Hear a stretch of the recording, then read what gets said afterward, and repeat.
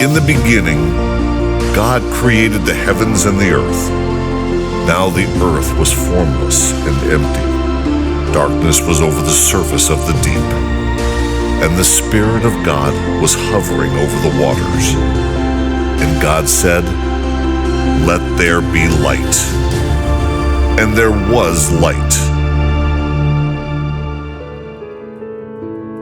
We at Grace Church feel the Spirit hovering over Bethlehem. The waters are moving. There's anticipation in the air. What is God going to do next? What is His plan for our church and our city? And how can we be a part of it? Jesus has already given us the answer. He said, "I am the light of the world." But He doesn't stop there. He points at us and says, "You are the light of the world. Let your light shine before others, that they may see your good deeds and glorify your Father in heaven." We are called to shine. God is doing something special at Grace. With His sovereign hand, God is leading us and inviting us to trust Him now more than ever. Grace is shining and growing, and our community is noticing. New people of all ages and stages are being drawn to this light, curious about these shining followers who are committed to Jesus Christ, to each other, and to the community where God has placed us. We long to recapture the heart of our city's founders and the heart of Bethlehem. Like then, many people living all around us do not yet know Jesus. They don't know how He can change their lives for good. Almost 50% of our neighbors self-identify as nuns. They have no religious affiliation, no faith connection, no church home. We long to introduce these nuns to the One, because as lives change through Jesus, our community will change for generations and for good. We have a vision that is bigger than we are, and to achieve it, we need a church home that shines. Putting down physical roots is essential. It's time for us to move from portable to permanent. There's no substitute for a permanent church campus if we're serious about mission and ministry and impact. God has led us to a strategic location in one of the fastest growing areas in the valley. There, we will be visible and accessible to all of Bethlehem and the Lehigh Valley. The home we envision isn't just for us. It's for our friends and neighbors, co-workers and teammates, for the next generation and for the next person to walk through our doors. It is truly for Bethlehem and for the Lehigh Valley. It'll be an asset to the neighborhood, inviting to all, schools, community groups, support groups, performing arts. It will foster community and friendships and reflect gratitude for our rich heritage while looking forward to the future. It will be a place to shine grace. Marriages will start here. Children and new believers will be baptized here. Seekers will find answers here. Disciples will grow here. The hurting will find comfort here. Serving will happen here. People will be launched on mission here. But most of all, people will meet Jesus here, the light of the world. Together, we are taking the next step, trusting God and making an unprecedented investment to build a place that will shine today so that many more for generations to come will shine.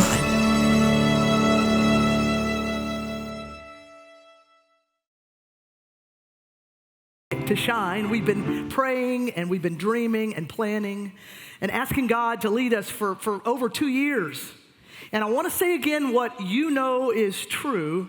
God has been so faithful, and He has been at work in you in this strategic season. So many people have led to get us to this point.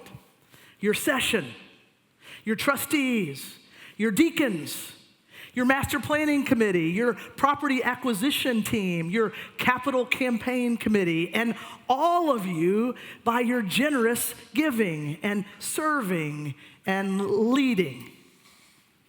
And it's all led to today, this truly historic moment where we will commit our futures together.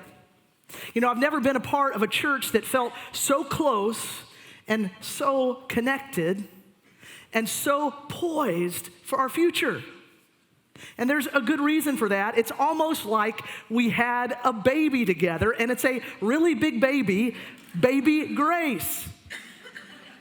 You know, most churches have the luxury of being little for a while, and then they grow over the years, but that's not what happened to us. Our baby came big and hungry and bursting at the seams, And we literally had to search the entire Lehigh Valley to find a place, a baby room big enough for Grace. You know, it's such a fun thing to watch new parents or new grandparents. When they first have a baby, they're so happy and they're so proud of their baby, and they pull out their iPad to show off their pictures, and you can see them a mile coming. Their faces shine, their eyes sparkle, and that's all they want to talk about. And friends, that's us. We have been through so much together, and we've seen God lead us, and we've been amazed by it. And we're in this together. My friends, you are shining. And that's the whole vision of this campaign and the whole vision for our future. See, you were made to shine. And the reason you shine is God's work in you. You were made for a life-changing relationship with Jesus, and it's the relationship for your life. You were made in the image of God, and He made you to be connected to Him. God spent all of human history pursuing us and chasing us, but nothing worked. So He sent Jesus, the light of the world. And that changed everything. You know, there's a video that's gone viral. It's about a little baby named Piper. And she could barely see when she was born, and then the doctors got her this special pair of glasses. And she didn't like it at first, but then she sees her parents for the first time.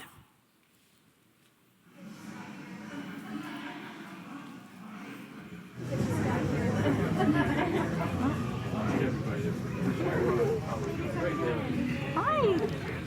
Hi, Piper. How are you? Hi, can you see?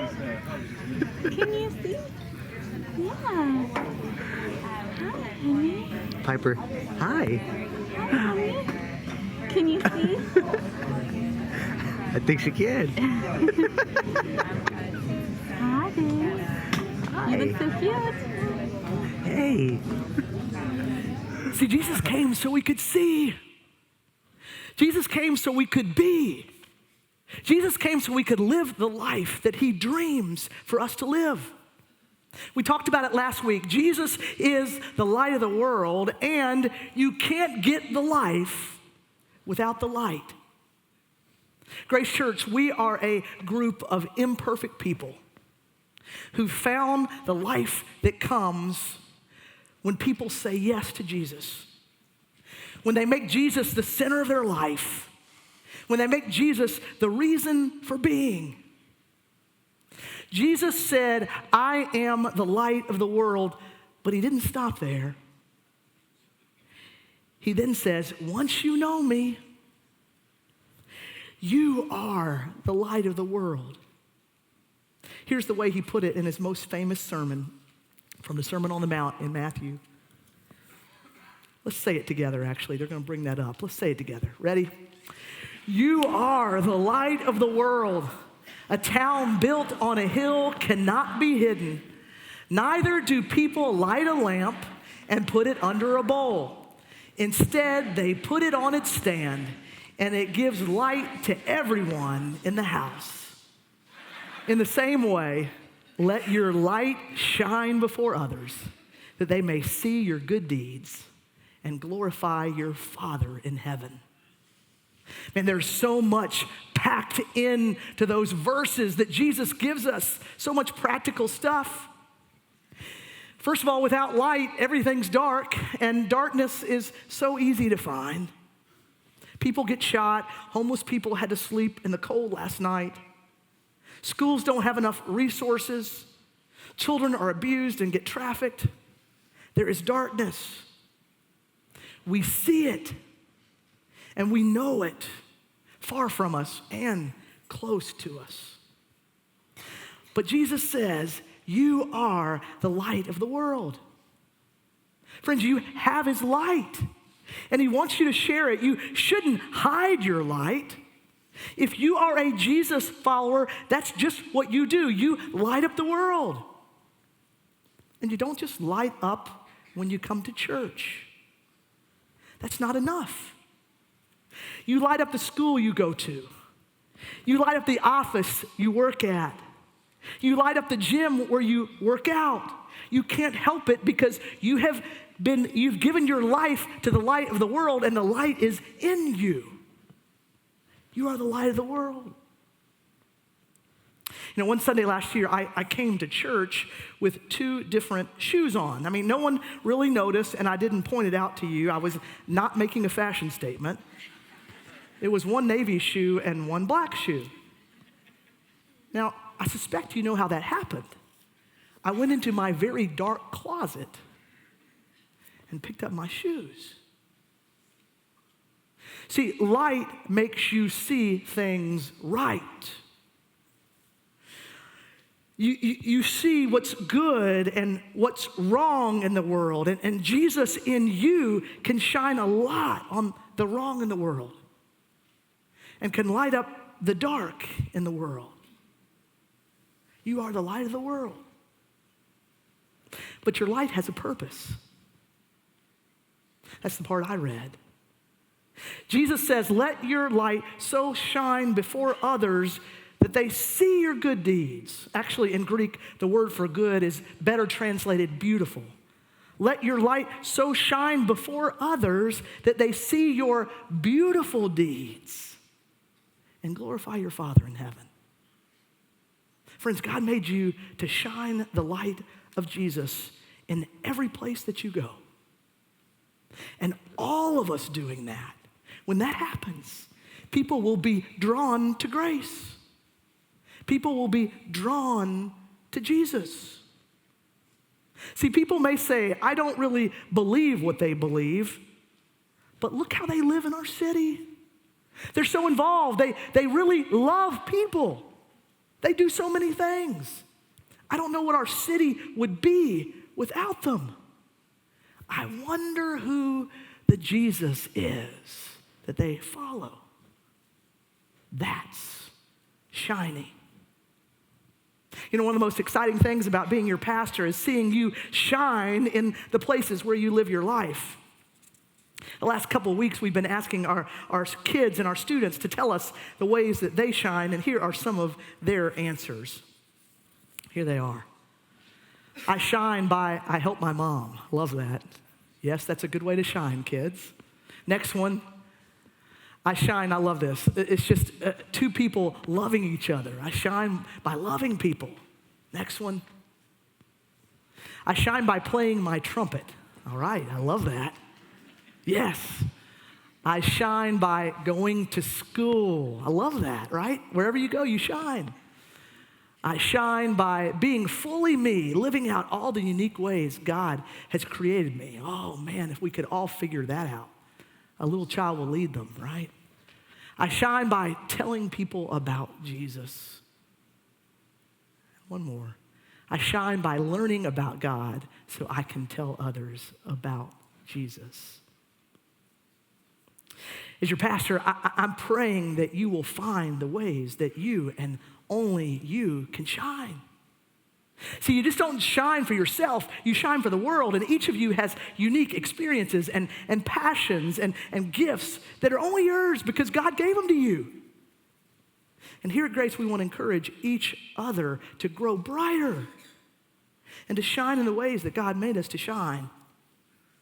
I love what Mark Twain said. He said, the 2 most important days in your life are the day you were born and the day you find out why. We want to be a church that helps you find out why. Why are you here? Because that's how God made you to shine. See, when you shine, people want to know the Jesus you know. That's the hope and the vision of Grace Church. 1,800 people of us and growing every day, shining bright all over our city. Now that is a game changer.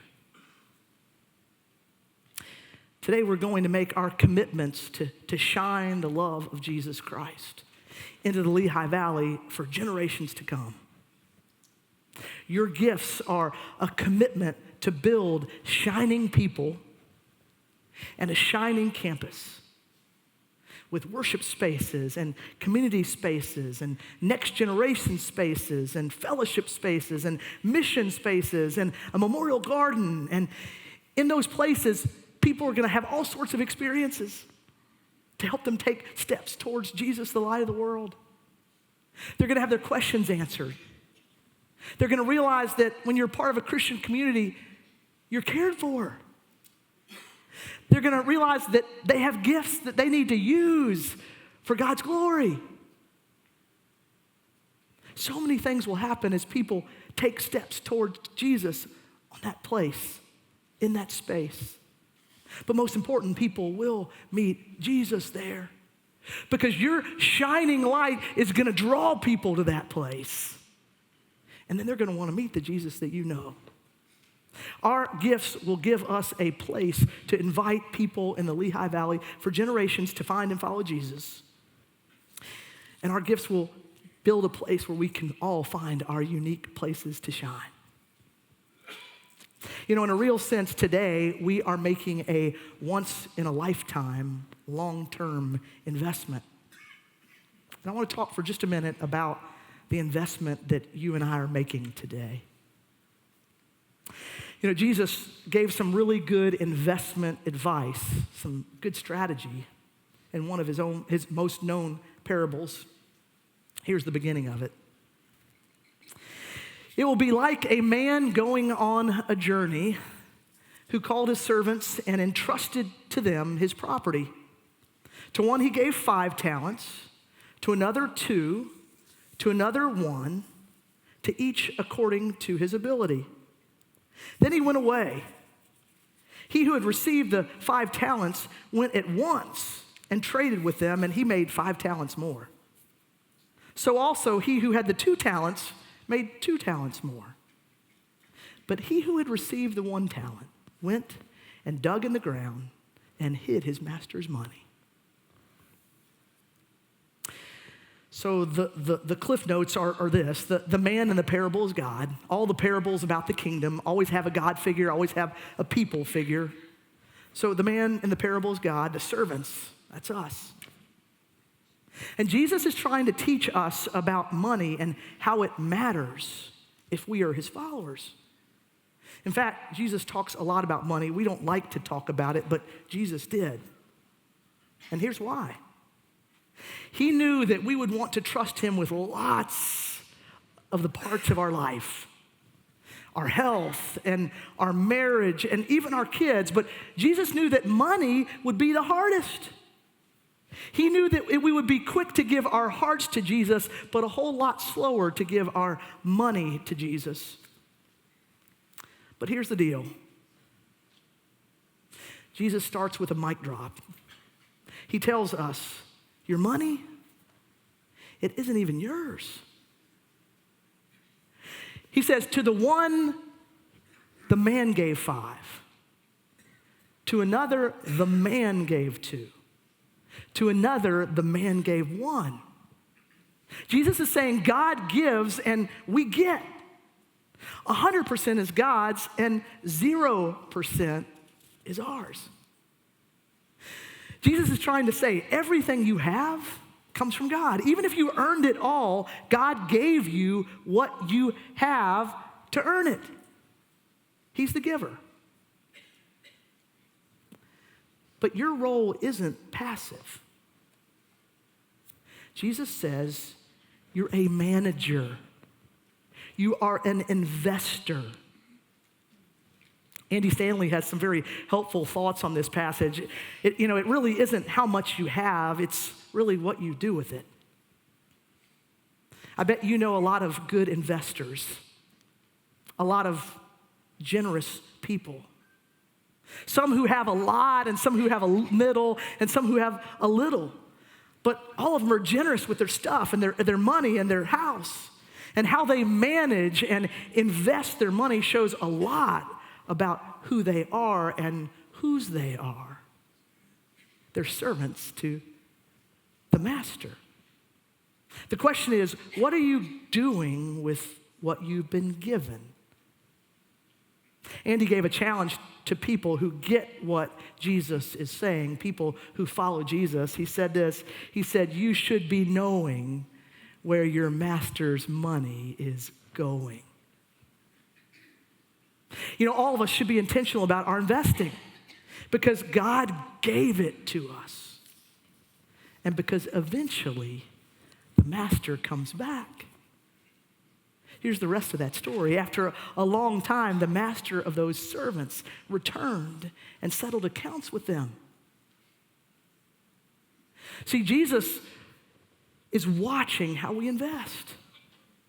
He wants us to invest in what he invested in. And you know that. He gave us his life. He didn't just give 10%, not just some. He invested all of it so that we could live.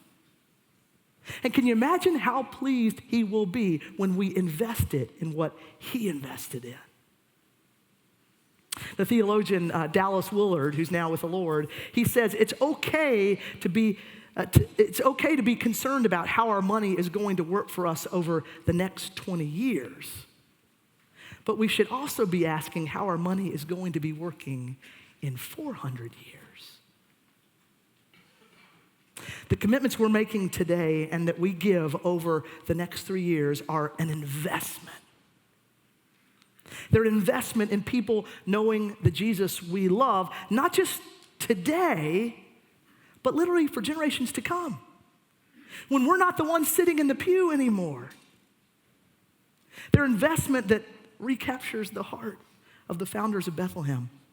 You know the story. They started this city to be a mission outpost so that everyone in this area would know Jesus. Our gifts are a once-in-a-lifetime opportunity for us to give like we've never given so we can make a spiritual impact like we've never made before on the valley. It's the kind of impact that we can't even begin to imagine. Friends, this is our 5-bag moment. See, God has done so much already for us. He's done so much in us. He's done so much through us. And once again, here we go. We're making a leap of faith together. We get to make an investment. And we can only imagine how all of our investments will literally multiply the work of God. See, we want the number of people who know Jesus to grow dramatically, exponentially. Men and women and boys and girls, we want them to bend their knee to Jesus. And we want those who join us at Grace to shine so that Jesus on the inside shines very practically on the outside. See, and that won't just change us. That'll change our city. So there'll be more generosity and more hope and more acts of mercy and more justice and more education and more walls broken down and ultimately more people who give their life to Jesus. There'll be more shining in Bethlehem. You know, you can't get away from the stars here. More shining than that star on the South Mountain. More shining than the star in downtown Bethlehem. Literally shining everywhere because it's shining through you. This is an opportunity of a lifetime for us. To trust more than we ever have. To give more than we ever have.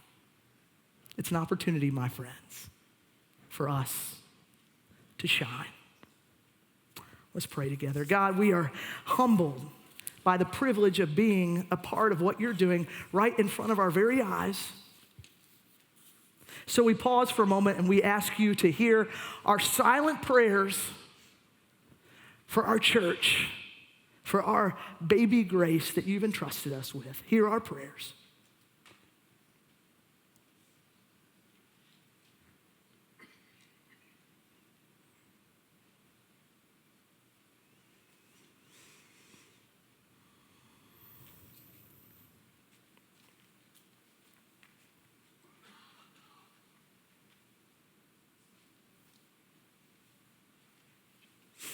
We know, God, that churches can do a lot of good things in the name of your Son, Jesus. And that there are times in churches that never see something extraordinary. They see the day-to-day ministry, but nothing extraordinary. So God, we're so grateful We see it. We see what you're doing in us, and it is amazing and it's daunting. God, we invite you to shine through us. We want everyone to know your Son, the light of the world. And God, I pray for every person sitting in this room, every person listening to us online.